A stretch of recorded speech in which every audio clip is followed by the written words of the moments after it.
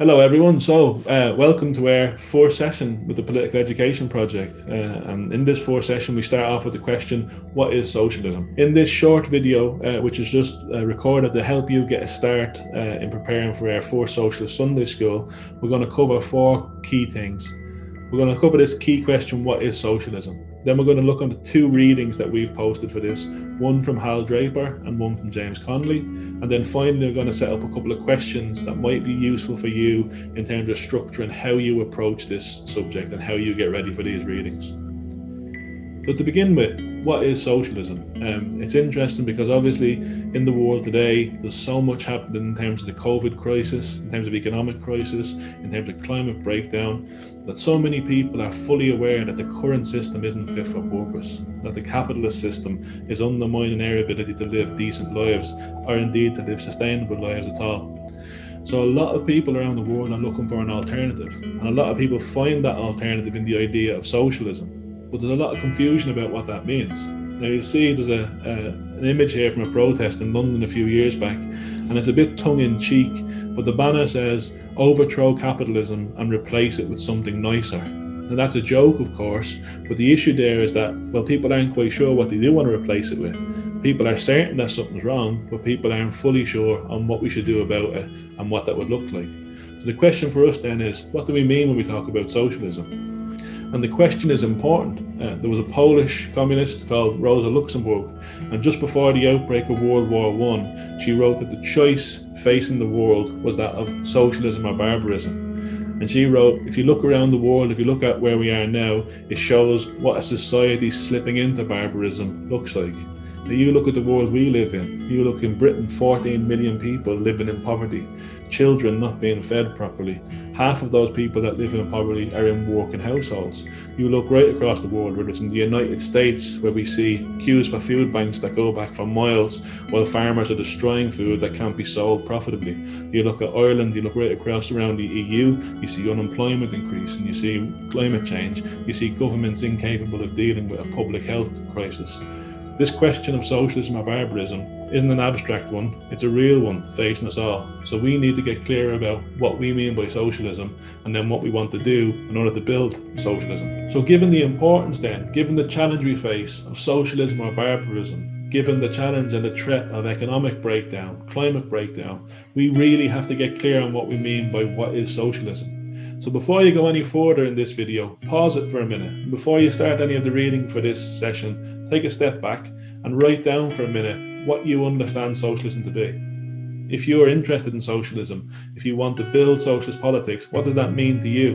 You can see in the links below, you can get in touch with us either on Twitter or on Facebook, send us a message, post a tweet, hashtag what is socialism, hashtag PEP, Political Education Project. Let's engage in this discussion. We're all out there, we're all looking for change, but we need to understand what we're talking about, and we need to do that collectively. For the course, we've asked you to read two things for this first topic. The first thing we've asked you to read is a piece by Hal Draper. Now, Hal Draper was an American socialist who was quite active through the 50s, 60s, and into the 70s. Some of you may have heard the old expression, don't trust anybody over the age of 40. And that was an expression that was coined by young radicals in the United States in the 1960s.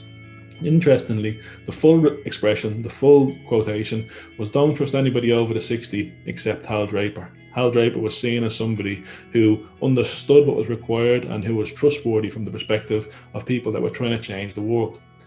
Hal Draper has written this piece called The Two Souls of Socialism. Now, we understand the time commitments that everybody has and the time constraints. We've got care and responsibilities, we have jobs, we're all trying to survive this absolutely bizarre lockdown and pandemic. So if you can't do all the reading, that's not a problem.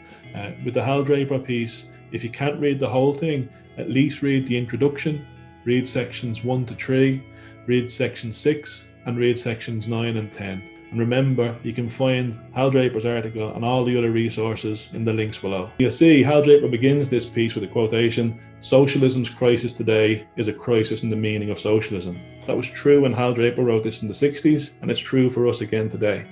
What do we mean by socialism? That's not just an abstract question that has no real implications. It'll shape what we do politically and how we engage with the world around us. When you're reading Draper's piece, there's a lot of ideas in there, but one of the key ones to look out for is the distinction that he draws between socialism from above and socialism from below.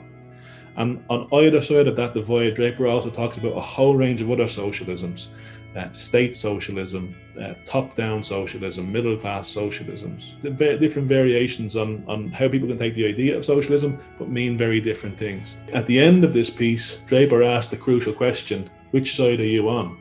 What's your understanding of socialism and where does it fit?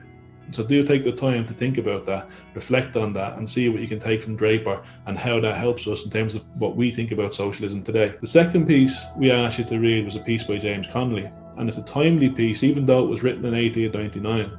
Obviously, in the context of the current COVID crisis and the lockdown, there are many people, especially on the right, who argue that the government intervening and furloughing workers and paying for people to stay home is socialism. Is it? The right wing certainly are concerned about it, and they think the state doing anything that the market should be doing is a threat and is socialism.